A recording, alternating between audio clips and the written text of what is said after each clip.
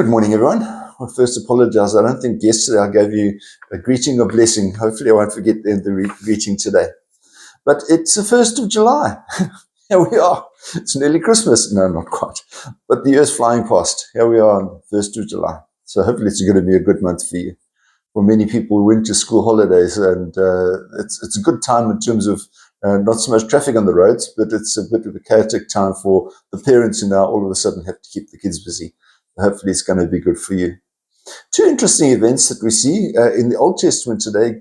As I said to you yesterday, we have the story of Sodom and Gomorrah, and we actually see the destruction of Sodom and Gomorrah told to us today in the book of Genesis.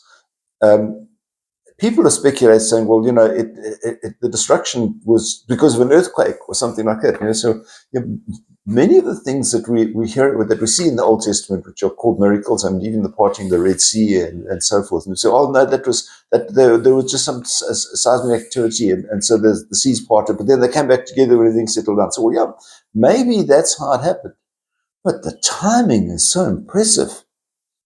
And so God uses whatever means He can, and we mustn't dismiss it simply because we can find a natural explanation. What we can't find is that get it done exactly at that time. But then we find also in the gospel that Jesus calms the storm. And the thought that went through my mind is we see God being involved in the Old Testament in sometimes causing destruction, sometimes helping people to become aware of His presence. And then we find in the case of Jesus also getting involved, but personally involved. So we find miracles occurring there, but God is directly involved. And so, what about us? I mean, those things happened those days. We're going to see miracles happening around us these days.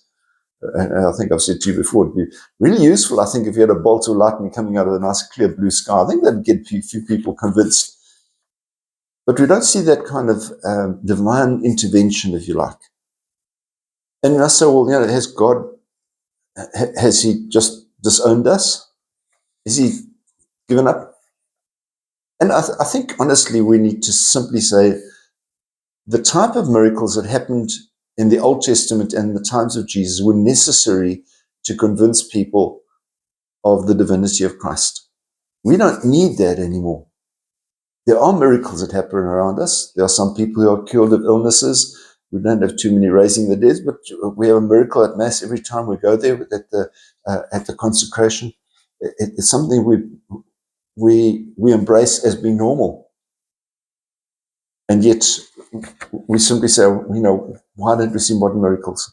They're there, they're around us. We just got to look for them and appreciate God's presence in everything that is going on around us. You have a wonderful day. God bless. We will see you again. Bye-bye.